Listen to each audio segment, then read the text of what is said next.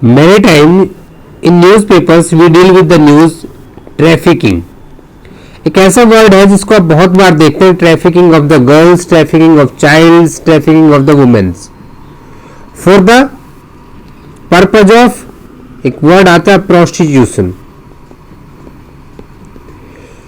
इस टाइप की न्यूज आप बहुत बार पढ़ी है आप लोगों ने, तो क्या कभी being a legal aspirant, being a responsible citizen, have you ever think that these things are deal under which act? तो आज के इस टॉपिक में हम बात करने वाले हैं उसी एक्ट के बारे में। तो ये कौन सा एक्ट है? This is the immoral traffic prevention act 1956। जो इमोरल ट्रैफिक एक्ट है, देखिए जब 1950 के आसपास बहुत सारे इंटरनेशनल कन्वेंशन हुए थे, वहीं पे एक न्यूयॉर्क में कन्वेंशन हुआ था इमोरल ट्रैफिक को लेके, और इंडिया ने भी उसमें साइन किया था।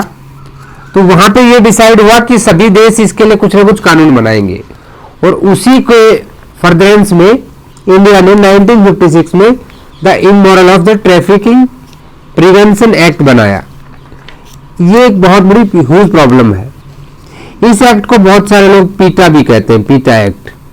ठीक है, तो अगर पीटा कहीं में लिखा मिल जाए तो उसका मतलब यही होता है प्रिवेंशन ऑफ इमोरल ट्रैफिक। ठीक है, तो कंफ्यूज नहीं होना नाम में। अगर आप इस कानून को समझेंगे तो ही आपकी चीजें आपके लिए ज्यादा बेनिफिशियल रहेंगी। एग्जाम पॉइंट ऑफ व्यू की बात कर लेते हैं तो एमपीएडीपीओ का एग्जाम अभी होने वाला है, उसको हम डील करेंगे। अगर आप चैनल पर नए हैं तो मेरी आपसे रिक्वेस्ट है कि आप चैनल को सब्सक्राइब कर लें और साथ ही बेल आइकन को भी प्रेस करें, जिससे जो अपकमिंग वीडियोज है वो आपको मिलते रहे। This is today's lecture 1। ये आज का लेक्चर 1 रहेगा, जहां पे हम इंट्रोडक्शन की बात करेंगे। 2 से 3 लेक्चर्स में पूरा एक्ट खत्म हो जाएगा, ज्यादा बड़ा एक्ट नहीं है। तो हम नेक्स्ट बात कर लेते हैं इसकी। देखिए, क्या सेक्स वर्क इंडिया में इलीगल है? बहुत रिसेंट में आज सुप्रीम कोर्ट का डिसीजन आपने सुना होगा। सुप्रीम कोर्ट ने कहा था कि sex work is not illegal, ये भी एक प्रोफेशन है, और आर्टिकल 21 जो हमारा कॉन्स्टिट्यूशन ऑफ इंडिया हमको देता है, उसके लिए जितने भी सेक्स वर्कर्स हैं, उन सेक्स वर्कर्स को भी क्या डिग्निटी मिलनी चाहिए। It is also recognised as a profession by the supreme court. Honourable supreme court ने वहां पे गाइडलाइंस जारी कर दी थी। तो फिर प्रिवेंशन क्यों है? प्रोस्टिट्यूशन को ऑफेंस कहां पे है? वो सारी की सारी चीजें आज आप समझेंगे। You have to understand the difference between the supreme court's decision. वहां पे सेक्स वर्कर के लिए डिसीजन लिया गया है, बट उन सेक्स वर्कर्स को उस प्रोस्टिट्यूशन के धंधे में जब जबरदस्ती जो झोंका जाता है वो किसकी वजह से है, उसको रोकने के लिए क्या है आपका the immoral traffic prevention act जो है पिक्चर में आता है। सबसे पहले इस एक्ट की कुछ बेसिक चीजों को डील कर लेते हैं। देखिए, दिस इज एक्ट नंबर 104।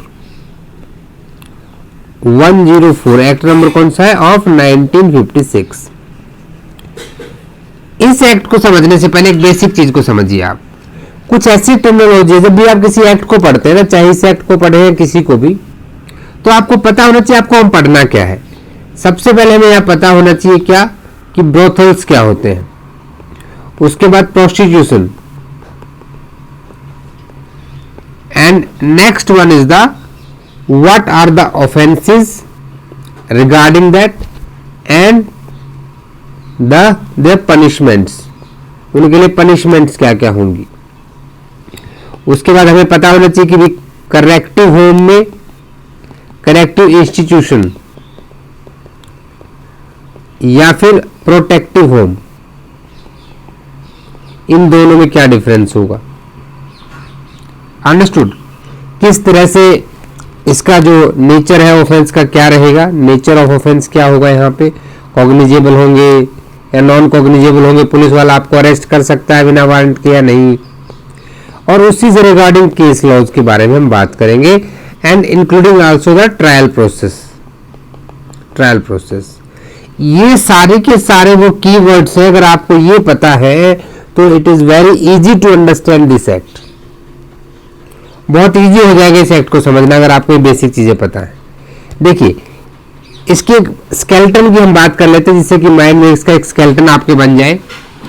सबसे पहली चीज तो क्या आती है कि इसके अंदर टोटल सेक्शंस कितने हैं। सेक्शंस की बात करें तो 25 सेक्शंस है। कितने हैं? 25। स्केड्यूल की अगर हम बात करें तो इसके अंदर एक ही स्केड्यूल है जो क्या बताता है कि मैजिस्ट्रेट कौन होगा, यानी कि किस ऑफेंस में who will be the magistrate, magistrate कौन रहेगा, यही आपका स्केड्यूल आपको बताता है। इसके अंदर एक अमेंडमेंट भी की गई थी, जिसकी बहुत इंपॉर्टेंट अमेंडमेंट 1986 में हुआ था। इस अमेंडमेंट का सबसे बड़ा रोल क्या था कि इससे पहले ये थोड़ा सा जेंडर बायस था। अगर आप 1986 अमेंडमेंट से पहले देखेंगे तो यहाँ पे गर्ल्स और वुमेन्स वर्ड यूज हुए थे। क्या हुए थे? गर्ल्स और वुमेन। अब 1986 में इसको चेंज कर दिया गया वर्ड पर्सन से। और आप सबने, मैं ऐसे उम्मीद करता हूं कि सेक्शन 11 ऑफ आईपीसी पढ़ा है, और person includes both man and woman. तो after that it becomes gender unbiased. ये जेंडर बायस्ड नहीं रहा, it applicable on both male and female. So इस तरह से हम इस एक्ट को पढ़ेंगे। नेक्स्ट आ जाता है कि इसकी डेट ऑफ इनेक्टमेंट क्या है। ठीक है, तो डेट ऑफ जो इनेक्टमेंट है इसका 30 दिसंबर, कितना है? 30 दिसंबर है, और इनफोर्स हुआ था ये 1 मई 1958 को। अब हम इसकी हिस्ट्री की बात भी कर चुके हैं कि हिस्ट्री कैसे है इसकी, कि 9 मई, अरे रुक जाओ यार, 9 मई 1950 को न्यूयॉर्क में एक क्या होता है, न्यूयॉर्क के अंदर एक इंटरनेशनल कन्वेंशन होती है for the prevention of immoral traffic. जो भाई जितना भी अनैतिक व्यापार है, किसको लेके? ह्यूमंस को लेके, उसको रोकने के लिए एक इंटरनेशनल कन्वेंशन, और इंडिया ने भी साइन किए। कब किए? 19 मई 1950, और इंडिया ने इसी के लिए कानून बनाया है। अब इसकी हम बेसिक स्ट्रक्चर की भी बात कर चुके हैं कि इसके अंदर टोटल जो सेक्शंस है वो कितने हैं? 25। कितने सेक्शन है? 25 सेक्शंस है। इनको किस तरह से डिवाइड किया, इनको एक स्ट्रक्चर में हम लोग डिवाइड कर लेते हैं, इससे हमें थोड़ा सा पढ़ना इसको इजी हो जाएगा। सबसे पहली चीज आती है कि जो डेफिनेशंस क्या होंगी। दूसरा आता है कि ऑफेंसेस क्या होंगे और उनकी पनिशमेंट्स क्या होंगी। And what will be the authorities. Authorities क्या होंगी? जैसे कि एक स्पेशल पुलिस ऑफिसर होगा, एसपीओ, और यहीं पे एक ट्रैफिकिंग ऑफिसर भी होगा। इसको स्टेट गवर्नमेंट अपॉइंट करती है, इसको सेंट्रल गवर्नमेंट अपॉइंट करती है। सो इस स्ट्रक्चर में हम इसको डेफिनेशंस में पढ़ लेंगे, उनके ऑफेंस पढ़ लेंगे, जो कि सेक्शन 3 to 9 डील करने वाला है। डेफिनेशंस 1 से लेकर 2 तक है, और रेस्ट पोर्शन में हम इसका जो है, जैसे कि सेक्शन 13 जो है वो डील करता है एसपीओ ट्रैफिकिंग ऑफिसर से, और बाकी इसके जो अदर मिसलेनियस प्रोविजंस हैं उनको हम डील करेंगे। सो हम स्टार्ट करते हैं आज इसका सेक्शन 1 से लेकर के।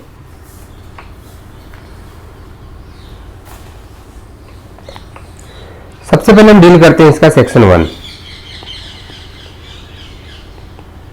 सेक्शन 1 देखिए कुछ नहीं बताता, शॉर्ट टाइटल एक्सटेंड की बात कर रहा है। सबसे पहली चीज तो इस एक्ट को क्या कहा जाएगा, तो हम इसका नाम कहते हैं, इसका नाम इमोरल ट्रैफिक प्रिवेंशन एक्ट 1956 होगा। सेकंड आएगा कि इसको जो है कब फोर्स में आया, तो हम ऑलरेडी पढ़ चुके हैं कि 1 मई 1958 को इन्फोर्समेंट में हो गया था। एंड थर्ड इंपॉर्टेंट चीज यहाँ पे क्या आती है कि ये कहाँ लागू होता है, तो it applicable to whole India. ये यहाँ पे ध्यान देना कि हमारे ये होल इंडिया के ऊपर लागू होता है, ठीक है, पूरे भारत के ऊपर लागू होता है। अंडरस्टूड। अब नेक्स्ट आता है सेक्शन 2। देखिए सेक्शन 2 जो है ये बात करता है डेफिनेशंस की। सेक्शन 2 में डेफिनेशंस दी गई हैं, डेफिनेशन क्लॉज है। अब यहाँ टोटल अगर आप देखेंगे तो अराउंड 12 डेफिनेशंस आती हैं, जिसमें से कुछ डेफिनेशन डाली गई हैं। स्टार्टिंग में 12 डेफिनेशंस नहीं थी, बट कई सारे डेफिनेशंस को ऐड किया गया है। जैसे कि आप इसमें जो चाइल्ड की, मेजर और माइनर की देखेंगे तो इनको बाद में ऐड किया गया है। अब सबसे इंपॉर्टेंट डेफिनेशन जो यहाँ पे आती है, देखिए एक तो आपको पता होना चाहिए कि ब्रोथल किसे कहेंगे। ब्रोथल में क्या होता है, प्रोस्टिट्यूशन होता है। अब प्रोस्टिट्यूशन किसके द्वारा कराया जा रहा है ये देखना पड़ेगा कि वो चाइल्ड के द्वारा है, मेजर के द्वारा है या माइनर के द्वारा है। यानी चाइल्ड की 3 कैटेगरी है यहाँ पे, पर्सन की 3 category actually we can say, understood. अब इसके अलावा क्या होगा, who will be the magistrate, magistrate कौन होगा जो इस केस को डील करेगा। करेक्टिव इंस्टीट्यूशंस किसको कहेंगे, भाई करेक्टिव इंस्टीट्यूशन क्या कहेंगे, क्या डिफरेंस होगा उसके अंदर और आपके प्रोटेक्टिव होम के अंदर। तो ये सारी चीजें हम डील करेंगे। सबसे पहले हम आते हैं, सबसे इंपॉर्टेंट डेफिनेशन है ब्रोथल। ये कई बार एग्जाम्स में पूछी गई है, तो ये थोड़ी सी इंपॉर्टेंट डेफिनेशन, इस पर ध्यान दीजिएगा। मैं एक छोटा सा चार्ट बनाया हूं, तो ऐसे ही आपने नोट्स में सिर्फ एक ही का चार्ट यहाँ पे बनाया हूं कंप्यूटराइज, बाकी सारे अपनी नोटबुक्स में आप अगर ऐसे चार्ट बनाएंगे, अब मान लीजिए ये आपका बेयर एक्ट है ऐसे ओपन कंडीशन में, तो यहाँ पे आप एक A4 पेपर लगाइए और उस A4 पेपर को काट लीजिए आपकी बुक बेयर एक्ट के साइज का, और वहां पे इस चार्ट को बनाने के बाद क्या करें, आप यहाँ लगा सकते हैं, जिससे आपको क्या बेनिफिट होगा कि आप जब भी चाहे तुरंत आप उसको रिवाइज कर सकते हैं, अंडरस्टूड। तो सबसे पहले डेफिनेशन जो ब्रोथल है वो कहाँ पे डिफाइन किया गया है, जो क्वेश्चन पूछा जा सकता है कि डिफाइन कहाँ पे है, ये एक MCQ बन जाता है आपका कि 2A में डिफाइन है। ब्रोथल इंक्लूड क्या क्या इंक्लूड करता है, ये कोई भी हाउस, रूम, कन्वेंस और its portion used for sexual exploitation और एब्यूज फॉर किस चीज के लिए, for the gain of another person और for the mutual gain of 2 और मोर प्रोस्टिट्यूट्स। डेफिनेशन जब आप इस तरह से अपने उसमें ना डिवाइड कर लेते हैं चार्ट के फॉर्म में, तो आपके लिए काफी इजी होता है। अभी अपना बेयर एक्ट ओपन कर लीजिए, मैं ऐसे उम्मीद करता हूं कि आप सबके पास आपका बेयर एक्ट होगा। बेयर एक्ट में डेफिनेशन पढ़ते हैं हम ब्रोथल की। Brothel includes any house, room, conveyance or place or any portion of any house, room, conveyance or place which is used for the purpose of sexual exploitation or abuse for the gain of another person or for the mutual gain of 2 or more prostitutes। देखिए यहीं पे जो chart बना है यही बात definition में की गई है। इसको अगर आप चार्ट फॉर्मेट में याद करते हैं तो आपको बहुत जल्दी ये चीजें याद होती हैं, अंडरस्टूड। चलिए अब नेक्स्ट देख लेते हैं। ब्रोथल आपका क्लियर हो गया, अगली डेफिनेशन पे हम चलते हैं। नेक्स्ट एक वर्ड यहां पे आया प्रोस्टिट्यूट। अब मैं आपको कहूंगी पहले आप इस वर्ड को क्लियर करें, प्रोस्टिट्यूट। अब प्रोस्टिट्यूट किसे कहेंगे, वैश्या। अब देखिए प्रोस्टिट्यूट की जो डेफिनेशन है वो कोई इसके लिए कि जब किसी को भी अगर किसी का क्या किया जाता है फॉर कॉमर्शियल पर्पज, उसका सेक्सुअल एक्सप्लॉयटेशन किया जाता है या फिर एब्यूज किया जाता है, किसी भी पर्सन का सेक्सुअल एक्सप्लॉयटेशन हो या एब्यूज ऑफ दैट पर्सन हो, किस चीज के लिए, ये सारा का सारा काम कॉमर्शियल पर्पज के लिए हो। किसके लिए हो, कॉमर्शियल पर्पज के लिए। तो उस केस में वहां पे क्या कहा जाएगा, उस व्यक्ति को प्रोस्टिट्यूट की डेफिनेशन में किया जाएगा। अब ये डिफाइन कहां पे है, तो ये सेक्शन 2F में डिफाइन है। कहां डिफाइन है, सेक्शन 2F में। ब्रोथल आपने समझा 2A में, 2F में आपने प्रोस्टिट्यूट को समझ लिया। अभी नेक्स्ट देखते हैं। अगली एक चीज आती है, यहां पे कुछ वर्ड्स आते हैं जो हम लिखते हैं, चाइल्ड,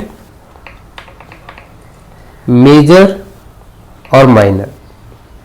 अब सबसे पहले कि चाइल्ड का है, डिफाइन कहां पे है, तो 2AA and this is 2CA and this is 2CB। तो कहां डिफाइन है, एक तो ये आपको पता होना चाहिए, ये तीनों के तीनों सेक्शन जो ऐड किए गए थे, ऑल 3 सेक्शंस 1986 के अमेंडमेंट पे ऐड किए गए। अब कैसे याद करेंगे कि चाइल्ड कौन होगा, हु इज बिलो 16 ईयर्स, 16 साल से कम, हु इज अबो, ठीक है, 18 ईयर्स, अब माइनर फिर हम किसे कहेंगे भाई, जो 16 ईयर से तो क्या है ऊपर है, बट 18 ईयर से क्या है नीचे है, तो ऐसे वर्ष पर्सन क्या कहेंगे माइनर। 18 से ऊपर अडल्ट जो होता है उसको मेजर, और 16 से नीचे जो है आपका चाइल्ड कहलाएगा। देखिए जब भी आप डिफरेंट एक्ट पढ़ते हैं हर जगह आपको डेफिनेशन अलग अलग मिलेंगी, ठीक है, कहीं आपको 12 ईयर्स मिलेगी चाइल्ड की एज, कहीं 16 ईयर्स मिलेगी। तो जनरली हम जब आप सेक्शन 27 अगर आपको याद आ रहा हो सीआरपीसी का, तो वहां पे सीजीएम के पास जब किसी चाइल्ड को विक्टिम या एक्यूज को लेके आ जाता है तो उसकी एज कितनी मानी गई है 16 साल, तो वहां से आप ऐड कर सकते हैं, पॉक्सो से रिलेट कर सकते हैं, ठीक है। तो इंसर्ट कब किया गया, इंसर्टेड बाय जो अमेंडमेंट एक्ट 1986 का, और ये कब से लागू हुआ था अमेंडमेंट, अमेंडमेंट लागू कब से हुआ था, तो ये हुआ 26 जनवरी 1987 से। जो 1986 की अमेंडमेंट है ना, ये कब से लागू हुई थी, बस दैट्स इट, ये क्लियर हो गया। नेक्स्ट चलते हैं अपना। अभी हमने कहा कि दो चीजें हमारे पास आती हैं, एक को हम क्या कहते हैं करेक्टिव इंस्टीट्यूशन, और दूसरे को हम यहां क्या कहते हैं प्रोटेक्टिव होम, ठीक है। तो अब इन दोनों के डिफरेंस को हम समझेंगे। देखिए जब डिफरेंस में चीजें आप समझेंगे ना तो आपको ज्यादा बेहतर तरीके से चीजें याद होंगी। सबसे पहली चीज तो क्या है कि देखिए ये डिफाइन है आपका सेक्शन 2B में, कहां डिफाइन है 2 के B में, और ये कहां डिफाइन है 2 के G में, ठीक है, एक B और एक आपका G। अब इसको किस तरह से हम डील करेंगे, देखिए करेक्टिव इंस्टीट्यूशन हम किसको कहते हैं, what do understand by the corrective institution. अब करेक्टिव इंस्टीट्यूशन क्या है, ये एक ऐसा इंस्टीट्यूट है, it is such a institute where person, किसी ऐसे व्यक्ति को रखा जाता है जो क्या है who is in need of correction, in need of correction, may be detained, detain की बात करें उसको करेक्ट करना है तो करेक्शन के लिए उसको वहां पे रखना होगा, सुधार करें। या फिर क्या है सेकेंडरी यहां पे शेल्टर, कोई ऐसा क्या है शेल्टर है to keep under trial prisoners, जो अंडर ट्रायल प्रिजनर्स है उनको रखने के लिए क्या है यहां पे शेल्टर है। तो सीधी सी चीज आ गई यहां पे कि भाई किसको कहेंगे हम, ये एक ऐसा इंस्टीट्यूट है जहां पे किसी व्यक्ति को रखा जाता है, कैसा व्यक्ति जिसको करेक्शन की जरूरत है, या कोई ऐसा शेल्टर जहां पे अंडर ट्रायल प्रिजनर्स को रखा जाता है, उसे हम कहते हैं करेक्टिव इंस्टीट्यूट, और ये कहां डिफाइन है सेक्शन 2 के B में। अभी हम बात कर लेते हैं प्रोटेक्टिव होम की। प्रोटेक्टिव होम किसे कहेंगे, प्रोटेक्टिव होम में दो चीजें हैं। पहला तो ये क्या इंक्लूड करता है, क्या इंक्लूड करता है और क्या इंक्लूड नहीं करता, तो ये दो चीजें इंक्लूड करता है। पहला तो क्या है कि एक ऐसा प्रोटेक्टिव होम क्या है, ऐसा इंस्टीट्यूट है जहां पे किसको रखते हैं हम, the person who is in need of care and protection, protection in need of care and protection, थोड़ा शॉर्टकट में लिखेंगे आप अच्छे से लिख लीजिएगा। ऐसा institute where person required to keep who is in need in care and protection, यहां पे क्या था, यहां पे करेक्शन चाहिए थी, यहां पे केयर एंड प्रोटेक्शन चाहिए। या इसके अलावा क्या है कि कोई टेक्निकल क्वालिफाइड पर्सन है, कोई टेक्निकल क्वालिफाइड पर्सन है, काउंसलर वगैरह, ठीक है, वो वहां पे है। या फिर जो इक्विपमेंट्स है इसके साथ में उसको लिख लीजिए, या ऐसे इक्विपमेंट है जिनको जुडिशियली प्रोवाइड किया गया है। तो इंक्लूड तीन चीजों को करता है, ऐसे पर्सन्स को रखने के लिए who need care and protection, या फिर technically qualified persons and equipment judicially provided. And what it does not include. अब ये इंक्लूड क्या नहीं करता है, डोंट इंक्लूड, क्या इंक्लूड नहीं करता। अब उसकी बात हम कर लेते हैं। तो क्या इंक्लूड नहीं करता है ये किसी भी ऐसे शेल्टर को जहां पे प्रिजनर रखे जाते हैं। डिट्टो ये लाइन लिख दीजिएगा, यही बिल्कुल सेम जो यहां पे है इसी को यहां लिख दीजिएगा। और दूसरा क्या इंक्लूड नहीं करता है, ये करेक्टिव इंस्टीट्यूशन को डील नहीं करता है। इसने बिल्कुल अलग से एक्सप्रेसली दे दिया है कि भी देखो प्रोटेक्टिव होम में करेक्टिव इंस्टीट्यूट इंक्लूड नहीं होगा। अंडरस्टूड।